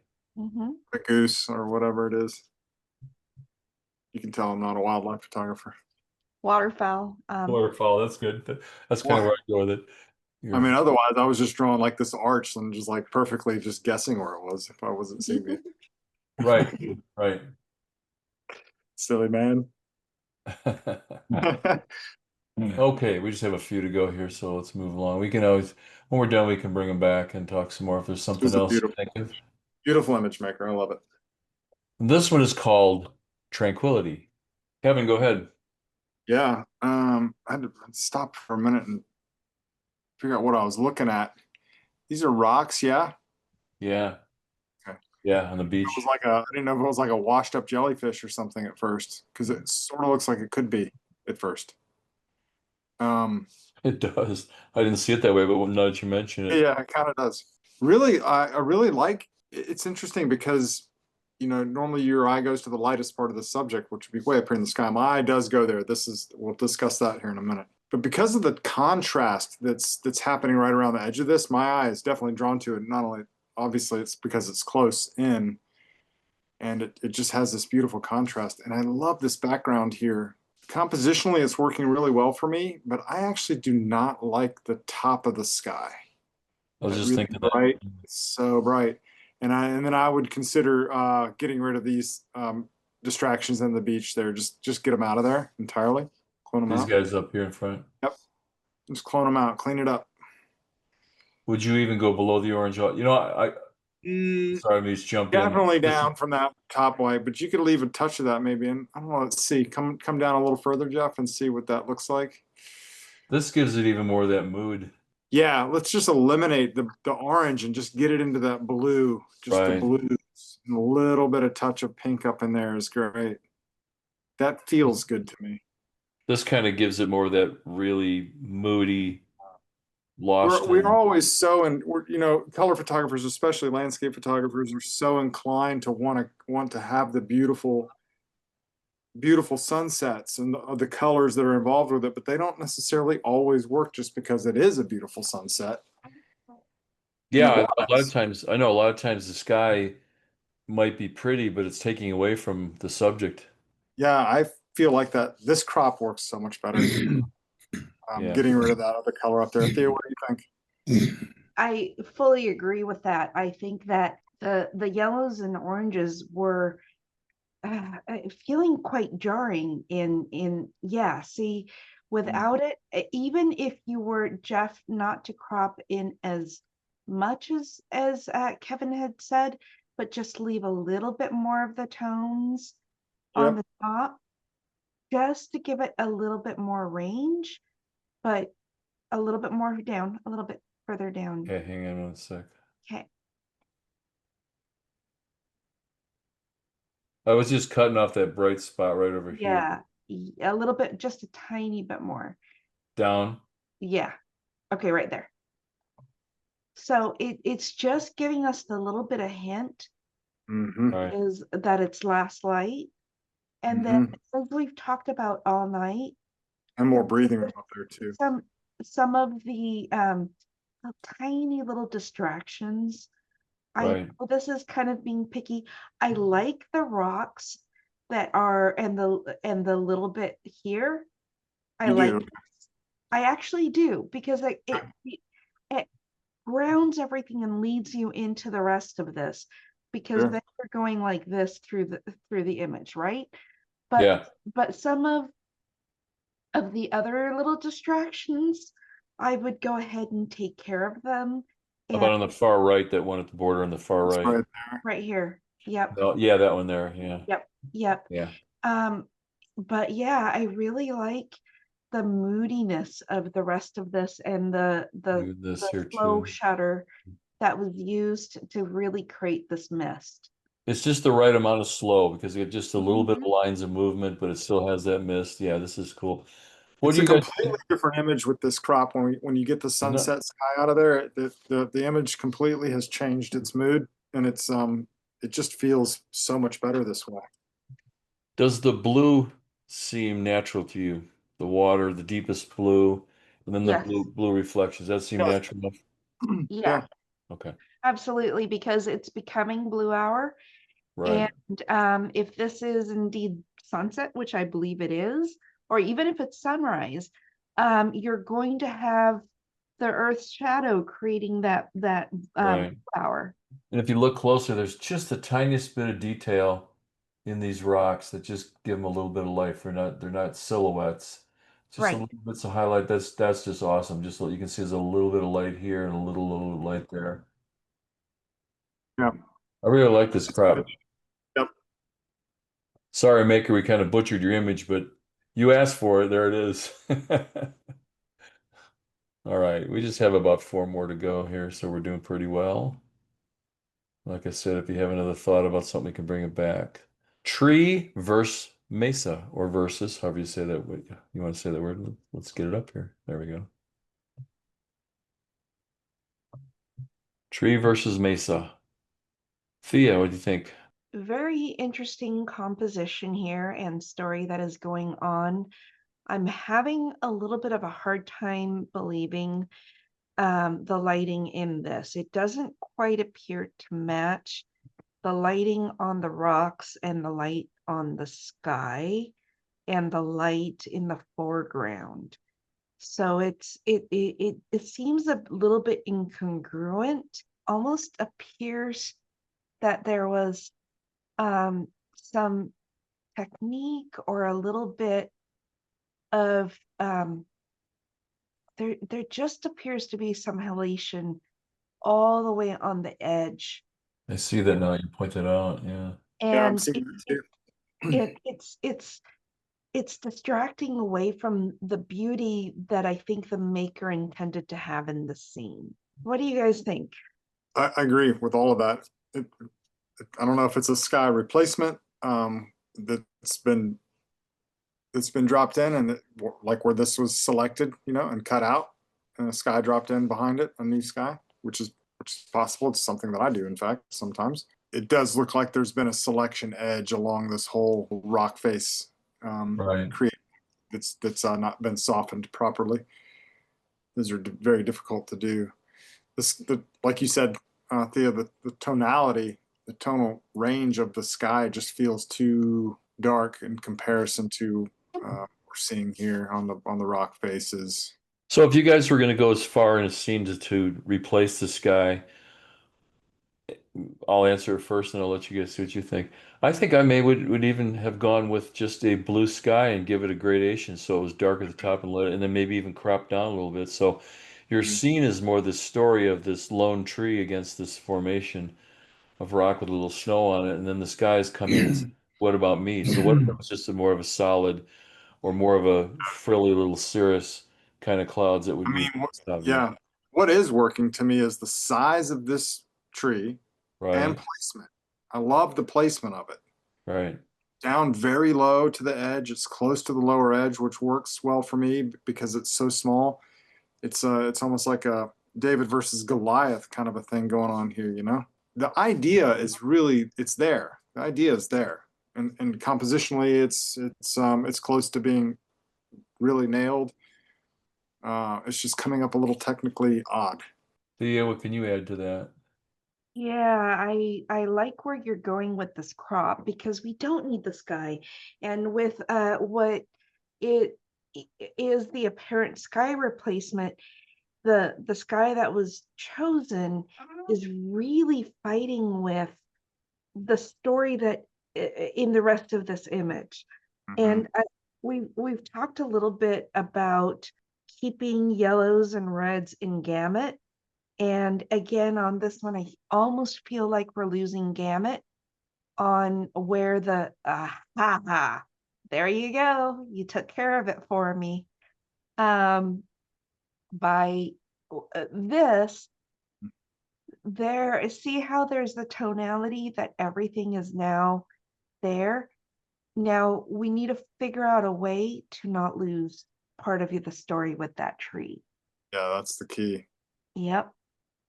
That's the key. So the tree would have to really be brightened up a lot. The tree's got to go into this range, but Yeah. you can see what it does to the Yep. mountain. Yes, selectively the tree has to go into Yeah. that range while not Yep. doing the mountains. Yeah. Or Yeah, 'cause with those red in the mountains, you can easily, the mesa, I guess it would be. yeah, flat Yeah. top would be mesa, yeah. So it's a tricky black and white conversion, doable for sure. But tricky, it's because the tree is so important. Mm-hmm. Well, wouldn't you? A lot of times I've found that if you go something like with this kind of colorful, especially these kind of red rocks that we've gone out there and shot, you almost have to desaturate that red and orange a little bit before you make that conversion and then put contrast back into it. Right. Yep. It's like the forest greens here. Yeah. Yeah, you're right. They just get out of gamut so fast, and you Yep. didn't mean for it to be. I didn't do it on purpose. No. Confusing about this gamut. Well, this is such an I've stood here. I know this area, and it's such an amazing. There's a river that's just to the left that circles around in between the beauty. It's such a stunning. I mean, I've actually camped there myself. It's just such a stunning place. I mean, if I could, I'd build a house right there next to the tree. That's how breathtaking that whole area is. Twisted Perch. Thea, go ahead. What an interesting bird here, and I really like this tree. I know, isn't that cool? Very, very cool. And it's such an expanse here. I think this is possibly somewhere in Africa, just because of the expanse that I can see here. Distilling this image a little bit more so it's not as busy would be more impactful than showing the great expanse, which I appreciate because of what it is. A minute to review an image, having it distilled a little bit more could have a little bit more impact. So a tighter crop kind A of a tighter thing. crop, so not as busy. It's one. I think it's one of those things. The tree is so interesting. Let's see what we did there. You went from there to there. If the bird wasn't on the tree itself would be a great image, just like this. But if Mm. the bird becomes the primary focal point, I agree. I was even kind of thinking, should we bring it in? I mean, it's such a great sky too. It is, and that's why I would definitely keep it. But having so much of it, it's just so much to look at that you almost lose that bird. That is so incredibly interesting. Yeah, and putting that bird actually in the eye of the bird in the PowerPoint, see there, you can even now see that catch light in the bird's eye. And then So you can actually see the markings and see how interesting it is. Yeah, and then you could spend some time on this now that you have it like that. You could spend some time in here and doing some burning here and some of this texture to bring out some right. detail on the tree itself. Yeah. Really cool angle that's happening through here on the diagonal, dividing that. Mm-hmm. And if Yeah. you're going into I'm sorry, Kevin, were you done? I didn't mean Oh, to. no, it's yeah, go. Please jump in. All I was gonna say is if you're going to the fine art kind of a feel and not a competition, I would go in and let me find my little pen tool here. I'd remove this branch. Uh, Um, yeah, there's a lot of little things you could remove I'd here. clean all this area up over here. Yeah. Probably clean this up. Yeah, because if these guys weren't here, then you just have this sweeping line that comes in and you have a nice Right. empty, like a Exactly. nice empty space over here, which is kind of nice actually. Get rid of maybe this in between, Uh, like gives these two pieces a little more separation and get rid of this little thing. Little things like that, but you're really then designing the tree to yeah, lead you yeah. towards the bird more. I mean, that kind of works right up my alley. I love doing that kind of stuff. But this is a crop I wouldn't have chosen, and it's working now that I'm looking at it. Well, let's do another one and see. I liked the ground in there at first, but the more I'm looking at it like this, it's nice. Bird on a stick. Well, okay, you want to see? Here's something funny. I'm sitting there looking at this over here. Oh yeah, look at this, boom. Is this a story over? Yeah, exactly. Yeah, is this a story over here? I was going to do a crop like this. I don't know. I mean, depending on the resolution of the camera, how much digital cropping can you do and get away with, before you're Exactly. losing stuff. But um, Yeah, this is a tough image because it's a very cool piece. Again, it's one of those things that make a 40 by 60 out of it, 40 by 50, and sell it to somebody because they would absolutely love it. Look at the sky, the texture, the softness, the coloring of the sky. It's all just so cool. yeah, Um, Competition wise, I think, yeah, all the things we've mentioned are just going to make it that much more difficult for a judge to, well, I can hear what I'm saying. Well, am I looking at the bird or am I looking at the tree?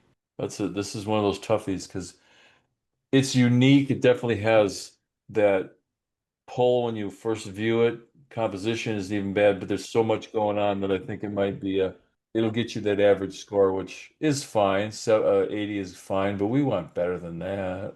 yeah, but we want better. 90s. Come on, Absolutely. I want to get you up into the 90s. That's right, man. Wes Craven's Winter Cabin. Oh boy. We'll let the chills happen first. I know Kevin loves this kind of stuff. Ooh, Wow. Go ahead, Kevin. I heard that ooh. yeah. Ooh, such lovely contrast here. It is. Look at that. There's still detail in the blacks and the. Good grief. Yeah, I don't know. There's so few things to pick on about this except except the presentation. Like this matte choice here is blending into the background. I don't know how it is on competition, so but the matte color is blending right into your canvas color here on Photoshop. There we go. You can see it. That helps. Yeah. And then that key line, it works. It's probably a little brighter than what I would choose. I think. In fact, I don't even know if you need a key line. The contrast with the trees and the snow and the cabin tucked in back there just works so well together. Maybe brighten the snow up down here, but this is good. This is a good image. Well, I think that the grungy kind of feeling plays into the title of Wes Craven. Yeah, I'm really liking this. Couple little catch elements here on the edges, you know. I'm sure Thea was all over them. Yeah, I was just about to point some of those out too. This is a hard one not to get light traps on no matter what you crop. Yeah, no, it's tough. Definitely tough. It's tough, but just work on darkening some of those so that we can stay in the story. And I almost wonder if with selective dodging and burning, you can kind of give us a little bit of a path. Oh yeah, you could definitely. That'd be Good point. That would be great. Yep. That would be kind of cool to just kind of build that in. a little light, just a little light path right there. Uh-huh. Exactly. Mhm. Just with a little selective dodging and burning to really make that sing. Yeah, that's a real good idea. That would give us a definite You image. could darken down a little bit too, maybe even if you wanted to darken that one down a little bit. But I kind of like that that's not quite as dark because it means it's further back in the snowfall. Looks like it is snowing a little bit there maybe currently. Yeah. I think so, yeah. Foggy at least. I think it is, and having that one light, almost it's an arrow down to, hey, look at what's here. So having that light Yeah, and building a little bit of a path that's true. would really kind of, give you that little almost S, but really leading you into that story. Makes it even more spooky because of the title, and then now there's a clear invitation to follow the path. Exactly. Yeah. Raise the hairs on the back of your neck. Yes, exactly. Yeah, I think the maker should know too that when we start picking on things like this, that means you've done well already. Right. Absolutely. Yeah. If we have to sit there and look for of all this wooded forest, that twig is too bright. You know. Yeah, we need to get rid of this one twig right there. Yeah. Speaking of one twig, just dumb little things. There's a little bit of a whatever this is right here. I see it. This Another right one here. there. I saw I'd those probably things. get rid of those little things. Minor. But yeah, again, like Thea said, come from the edge of the image and let's lighten the path. Whoops, Agreed. I don't draw well. And Mouth. when Let your when we mouth come in. talk about storytelling, And there's the right voice for this picture too. comes to mind Stephen King. Oh yeah. Dun dun dun dun. No. Yep, this has some good possibilities here. Very cool. I don't think the maker is in the room. I don't know. Okay. Very cool. Yeah, we talk about maybe darken this area here, darken this area a little bit, get rid of this little piece and then darken that, but maybe darken a little triangle here and here, but I think wow. Something cool there. It might creep me out hanging it on my wall with the title and all, but Hang it in your bedroom at the foot of the bed. So when you wake up in the middle of the night, you sit up and we've there's done our jobs as artists if we can evoke an emotion, and it doesn't always have to be rainbows and unicorns, as they say. that's right. Absolutely. Window dressing. Thea, what are your thoughts?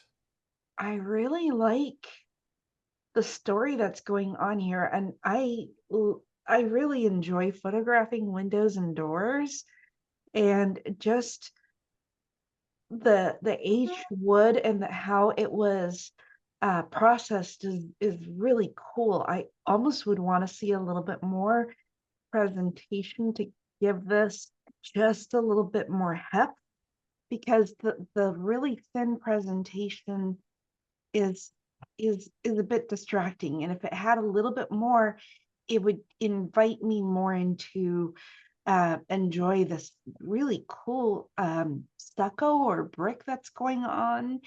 And really like how the maker really focused in and has these two flower pots or vases as part of that storytelling. So Right. really, really interesting image here. Yeah, nice composition of other long, narrow, vertical, something we don't see that often. Yeah. I just had to look. I just had to look. I actually like this one in color just because it evokes that European feel, even if it's not, of the colorful Feel too stuccos and crunchy to whatnot. you guys? What was that, Kev? Feel too crunchy? Like all like HDR-y, HDR-ish crunchy? Feels a little crunchy to me. You think maybe just a tad bit over sharpened, maybe? Yeah, possibly. Tiny bit, not much, but I see when, especially when you look at the draperies hanging there, Mm. maybe just a tiny bit. Possibly, and that could be a result of possibly photographing in full daylight. That will happen Yeah, when yeah, walking the streets in Cuba, Europe, wherever, where there's so many colors that our cameras will capture it and make it crunchy, even if it wasn't over sharpened by the maker. right. So yeah, I really do love the composition, like you were saying. It's strong, yeah. really strong. Yeah, it makes you definitely take a look at it. There's a little technique that I've been doing. I've been doing it for quite a while. It's just go in well, Lightroom or Camera Raw, and in your texture and clarity sliders, go negative on the clarity. You've got plenty of sharpness in there. So if you go negative, you're kind of going with that. Oh gosh, what's that technique that's been around, Kevin, for a long time, where they take the highlights and make them glow just a little bit? Uh, Gaussian blur. yeah, not so much a Gaussian blue. There was um, it was a technique from back in the dark room. The name is the name of the maker, starts with an O. Um, Oh, anyways, Norton effect. Orton effect. Orton Orton. effect. Oh yeah, yeah. Oh my Yeah, gosh. All yeah. about that. Yeah, so and I've done this with you use your texture to give you the sharpness so it holds up, but to take your clarity slider and go negative, don't go past -25 because then you start getting blooming. So stay, minus 20. Then things tend to take on this almost an ethereal kind of a feel, and that will also help if something has been over sharpened or over techniqued a little bit. Just try it and see. It's kind of a cool thing. Yeah, and I Yeah. agree with the matte too. The matte could be even if the key line I think maybe is a little bit asking for too much attention. It's kind of uh, Yeah. but you can notice there's a texture on the mat that kind of emulates the wall, which actually in this case works very well. A little thicker mat, a little thinner key line. I think you get something very cool there. And I have to say that I don't mind the black and white version either. Yeah. It would be you know, You can it's make it deeper like this, or we could take it and who back into a. knows. Yeah, we can say, Kevin. Back to the color version, you could select around one of these vases, go into the color changer and change that color of one of the vases to like a blue or a yellow, even if you wanted to like really change the whole That'd be feel. cool. That'd be Could be cool. cool. Yeah. Add a little bit more range to it. Yeah, Yeah. because you're right on the white there, and there's literally no red in any of the surrounding areas. So long as you don't select out into this red, and you Right. just adjust the slider of the reds and change the hue of that red to be something else. Well, that's a It good idea. I like that.